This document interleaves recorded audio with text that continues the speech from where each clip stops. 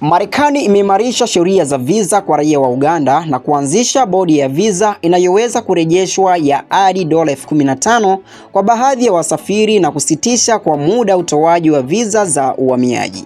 Wakati akizungumza mjini Kampala, balozi wa Marekani nchini Uganda William Popo alisema hatua hizo ni sehemu ya juhudi za Washington za kutekeleza sheria za uhamiaji na kuimarisha usalama wa taifa. Chini ya sheria hizo mpya, Waganda wanatuma maombi ya visa vya utalii na biashara vya B1 and B2 wanaweza kuhitajika kutuma bondi ambayo itarejeshwa. Maafisa wa Marekani walisema dhamana hiyo itarejeshwa kwa wasafiri ambao watatii masharti ya visa, ikiwa ni pamoja na kuondoka nchini kwa wakati. Sera hiyo ni sehemu ya mpango mpana wa hati fungani za visa Marekani ambao pia unaathiri raia wa nchi nyingi kadhaa ikiwemo Nigeria, Senegal, Ghana, Zimbabwe, Kenya pamoja na Tanzania.